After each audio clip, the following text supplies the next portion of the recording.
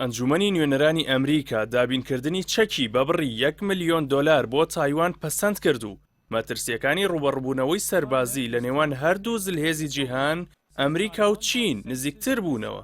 کۆریای باکوور لەبارەی هاوکاریەکانی واشنتۆن بۆ تایوان ڕەخنەی توندی لە ئەمریکا گرت و بە زیادکردنی پشێوی و نانەوەی شەڕ لە ناوچەکە تۆمەتباری کرد.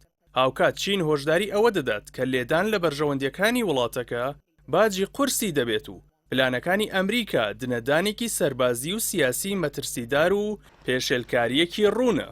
لە هەمان کاتدا جەنەراڵێکی ئەمریکی پێشبینی دەکات بەهۆی تایوانەوە ئەمریکا لە ساڵی 2025دا لەگەڵ چین بکەوێتە جەنگەوە و هۆشداری لە مەترسیەکانی ڕوودانی ئەو جەنگە دەدات و داوا لە ئەندامانی سوپا دەکات لەم ساڵەوە ئامادەکاری بۆ جەنگ بکەن.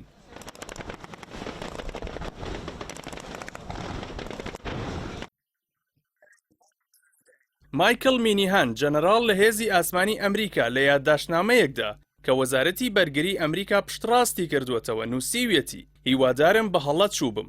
هەستم پێم دەڵێن لە ساڵی 2025دا دەکەوینە جەنگەوە و داوای ئەنجامدانی مەشقی سەربازی و چوون بۆ گۆڕەپانەکانی نیشانشکێنی و بە ئامانجگرتنی سەری دوژمنان دەکات.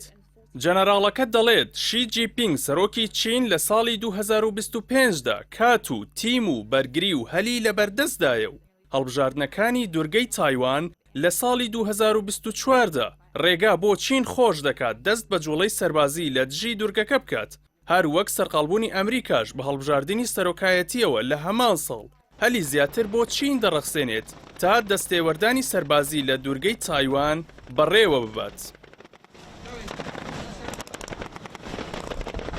پێشبینیەکانی جەنەراڵە ئەمریکیەکە لە کاتێکدایە کە چین پێی وایە ئەمریکا نیازی خراپە و دەیەوێت تایوان بکاتە بنکەیەکی سەربازی پێشکەوتوو لە دژی چین و وەک هێڵێک بۆ جێبەجێکردنی بەرژەوەندی استراتیژیەکانی خۆی بۆ ڕێگری لە چین بەکاری بهێنێت.